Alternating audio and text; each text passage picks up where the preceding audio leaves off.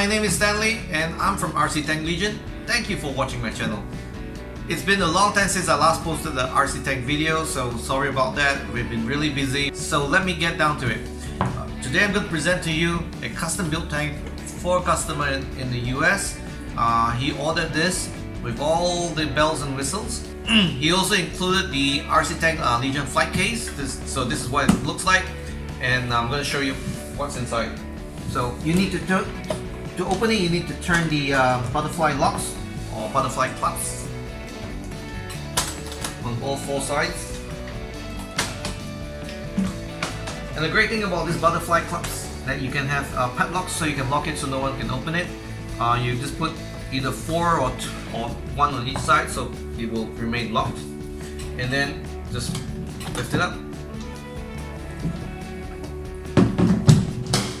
So this is the MATO King Tiger that is all metal, and it comes unpainted. So what we did was we upgraded the electronics from a stock TK22 to the TK40S, and we put a 15-watt amp and our XXL speaker. And I did the paint job so you can see what it looks like. I painted this in the tri-color camo. Oh, it's a beast, it's really heavy. And as you can see, we custom cut the EPP foam so it will fit the tank perfectly. And you can see the radio and the battery is all there as well. Let me put this away. Okay, so this is what it looks like. To open the tank, it has a locking mechanism. So you need to turn the turret whichever way. It's a 360 degree turret. Okay, and then you open the engine hatch, and there is a screw to. So this is a locking screw. Okay, and then the upper hull can be opened like so. Of course, open it gently because you don't want to pull wires up.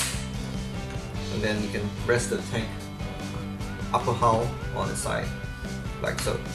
So as you can see, this is our XXL speaker, 15-watt amp, TK40, and the gearbox and everything inside. Okay, it's all metal, really heavy. It comes standard with the 360 degree slip ring, and let's see and hear what it sounds like. Okay, so let's hear what it sounds like.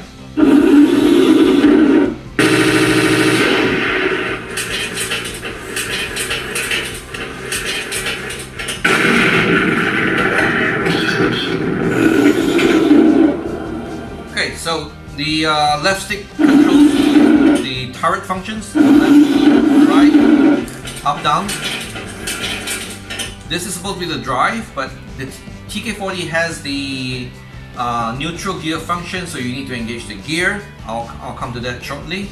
SWA on the radio controls the smoke on-off, and then the two variable switches buttons here are the cannon and machine gun. So you can see over here.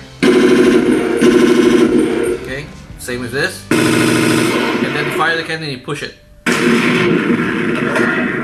you can see, he has a really nice recoil and everything else. Okay, so how to activate more functions on the tank? On the SWB, all the way up, and SWC, you need to go to the middle and then flick up to engage the gear. You can hear the ka-chunk sound, right? And that means it's in drive. Be safe, don't do this on the table because you will drive off the table and you'll damage the tank.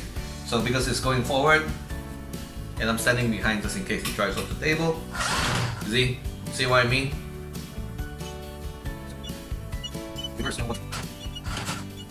Okay, so as you saw this now, when we first drive it, it's actually on reverse, but now it's correct.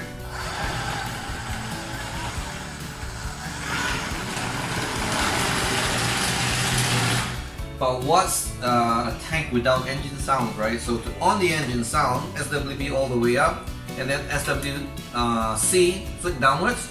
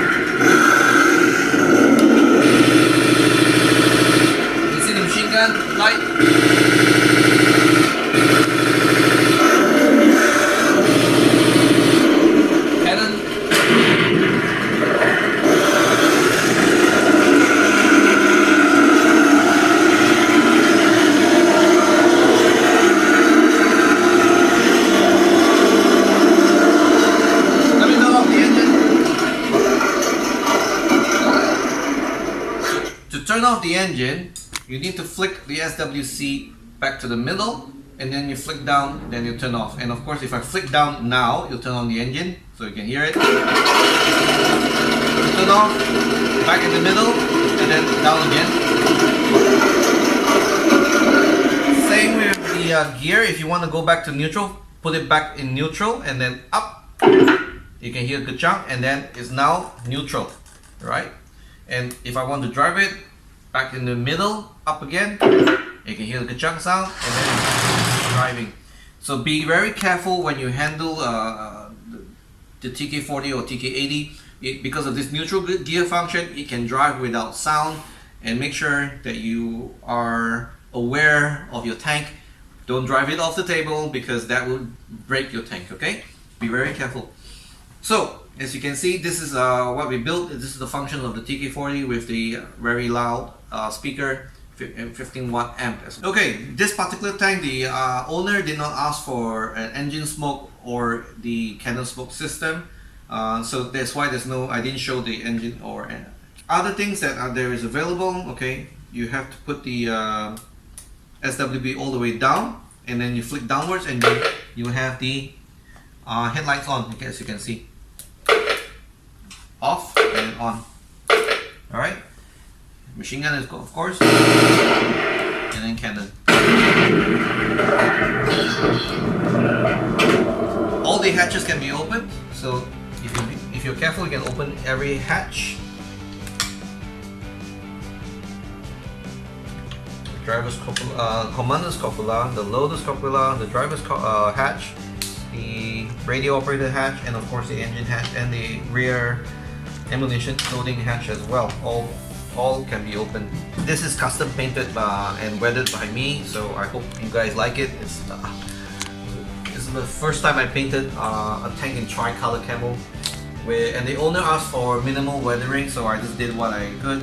And believe it or not, the decals are original Henglong. And what I did was I cut and paste, not cut and paste, I took numbers off, and then to get this number 1 to 4.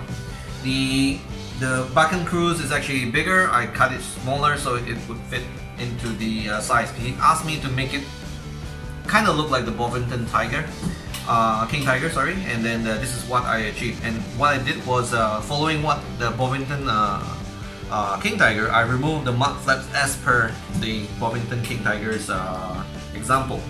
Of course, it's not 100% replica because the paint scheme is very different on this one.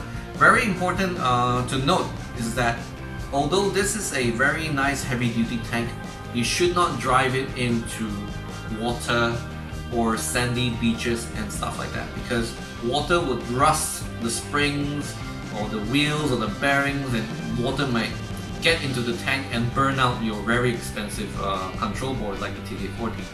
So it's not a good idea. You can always drive in the small puddles, about 1 inch deep, not more than the road wheels.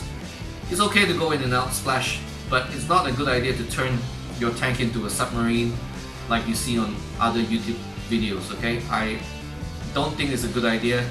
It's not worth finding out your electronics burn or short out because you have water ingress.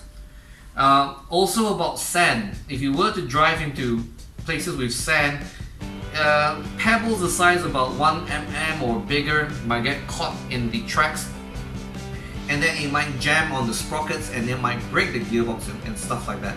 So be careful where you drive your tank. Although it is very heavy duty, it is still RC, not the real thing. Okay, so drive your tank gently. When you turn the tank, let me show you. When you turn your tank, try not to do this too often. If you do it on very nice smooth surface, that's fine. But when you do it on surfaces such as grass or carpet where there's a lot more grip for the tracks to bite on, you might find that tracks might want to detrack. So that's an issue.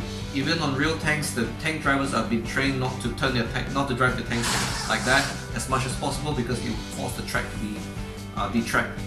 Okay, so when you want to drive on the TK40, you realize versus the Henglong tanks that it will not turn when you put in the steering input. You need to put a bit of throttle. So if you want to turn to the left, you need to give it a little forward throttle, then it'll move.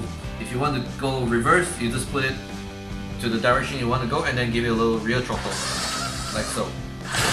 Okay, and of course, how you drive it is all depends on your fingers. You want to drive it nice and slow, give it a very little input, and you get a very nice crawling speed. Okay, so I hope you guys enjoyed this little on how I did this MATO King Tiger. As you can see over there, we got another King Tiger on the bench. We haven't finished painting that yet. That will be coming up soon.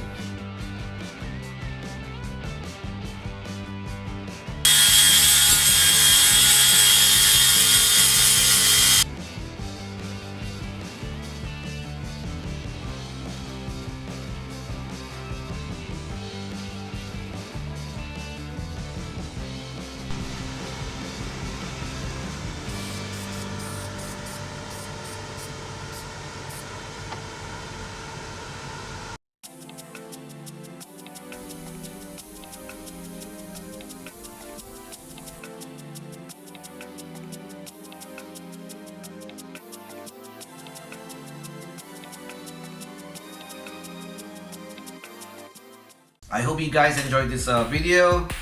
Please subscribe, hit the bell button, and as always, thank you for watching.